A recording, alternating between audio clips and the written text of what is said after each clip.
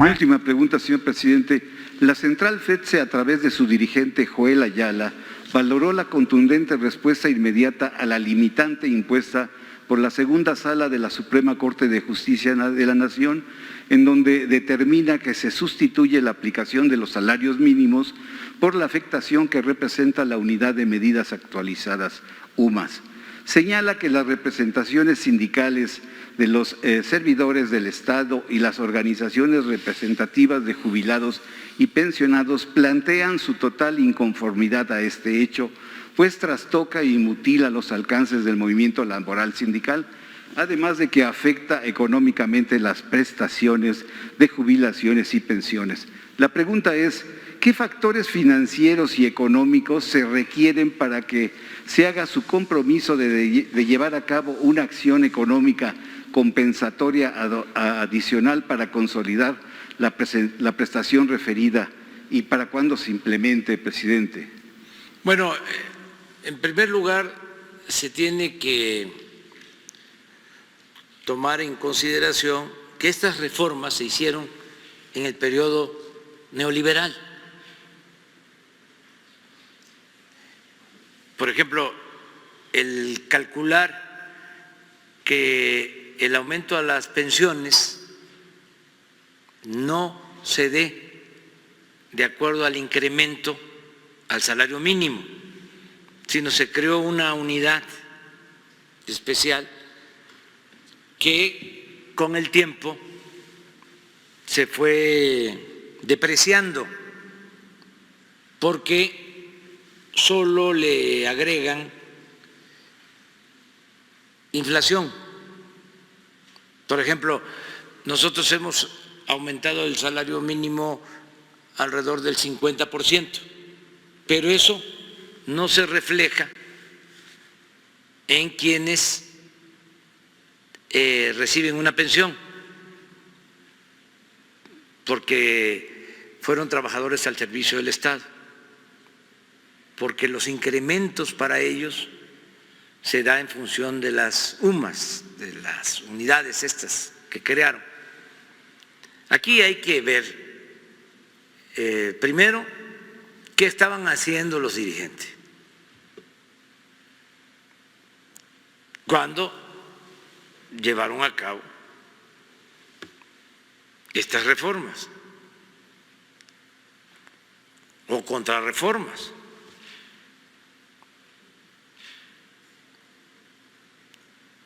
Desde luego que se hicieron todos estos cambios y se afectó a los trabajadores. Es lo mismo de lo de las AFORES,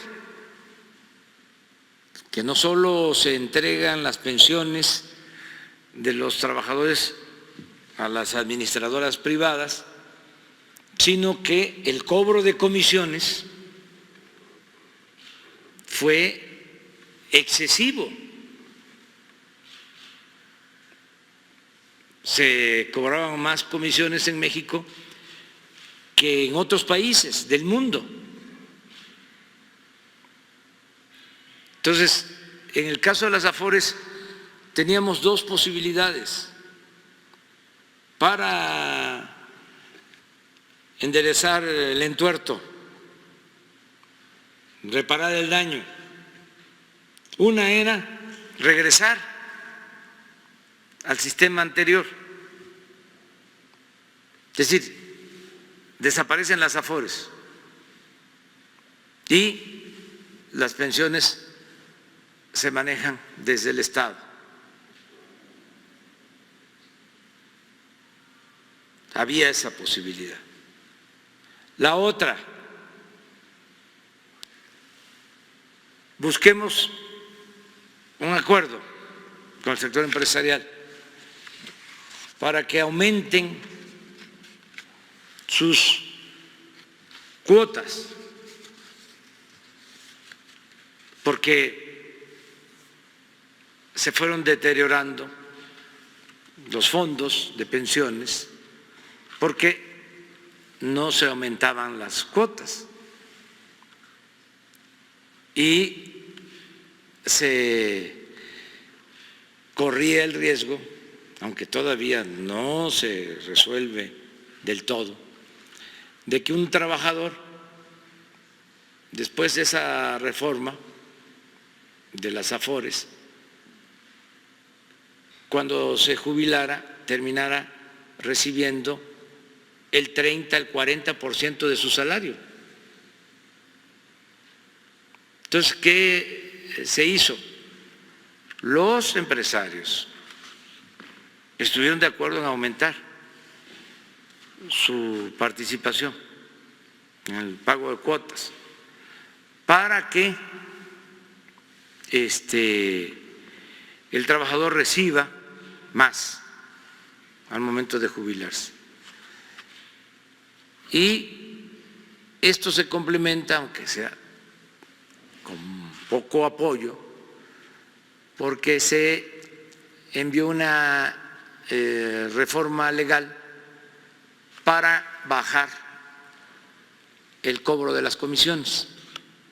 Se estandarizaron con los países que cobran menos por el manejo de las Afores. Entonces, con esto ya el trabajador va a recibir más. Pero esto estuvo mal hecho.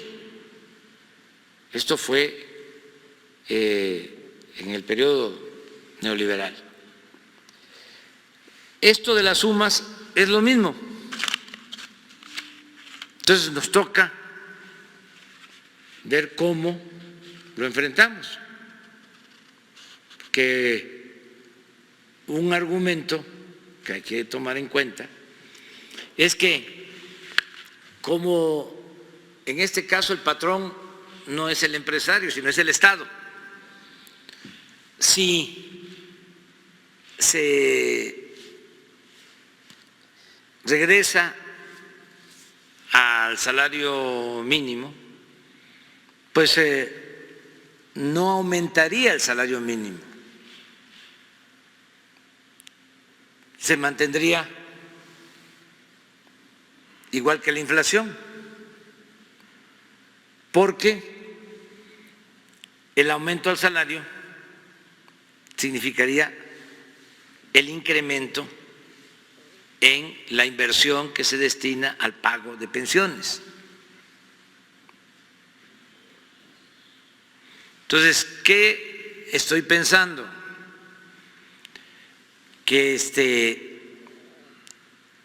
se sigue aumentando el salario mínimo, porque es mucho el rezago, y al mismo tiempo se resuelva mediante un acuerdo, una ley, un incremento a las pensiones. Nada más que lo vamos a hacer